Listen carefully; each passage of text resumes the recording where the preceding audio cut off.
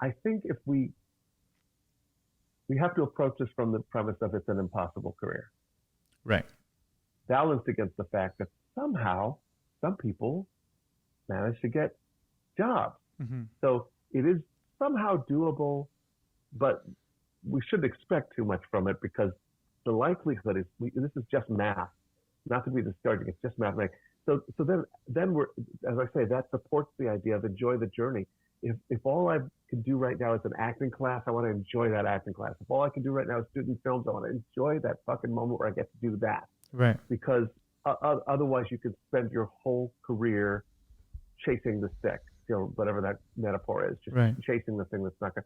There's a little analogy. I'll never forget this. When my nephew was little, he was like, I think he was like 8 years old. He was really excited because he was coming to visit me in LA, and he wanted to go to the Hollywood Wax Museum. He was so excited about the Hollywood Wax Museum. He talked about it.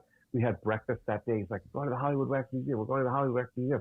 And we get there, and he takes off and keeps running and running and running. He goes, come on, come on, come on. I was like, don't you want to stop and see the what? Come on, come on. He wanted to get to the next thing and the next thing. And the look on his face when it was over, he'd missed the whole thing because he wanted to get to the next thing and the next thing and the next room and the next room and the next room. I would say, well, what over here is Alfred Hitchcock. Yeah, yeah, come on, come on.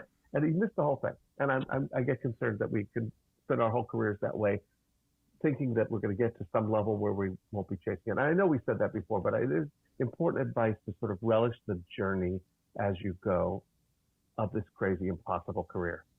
And I think that's the mindset thing that I think is important. Yeah. I think managing your mind as an actor is crucial because it's unpredictable, sometimes upsetting, sometimes disappointing business. And I think how we manage unemployment and how we manage the times when it's not going well is really that separates the men from the boys, as they say. So I will also say that if you've got issues, if you've got depression or anger or insecurity, those are things to spend time working on and not figure, oh, well, that's just me. I'm a great believer in therapy or meditation or whatever it is that works to address those issues.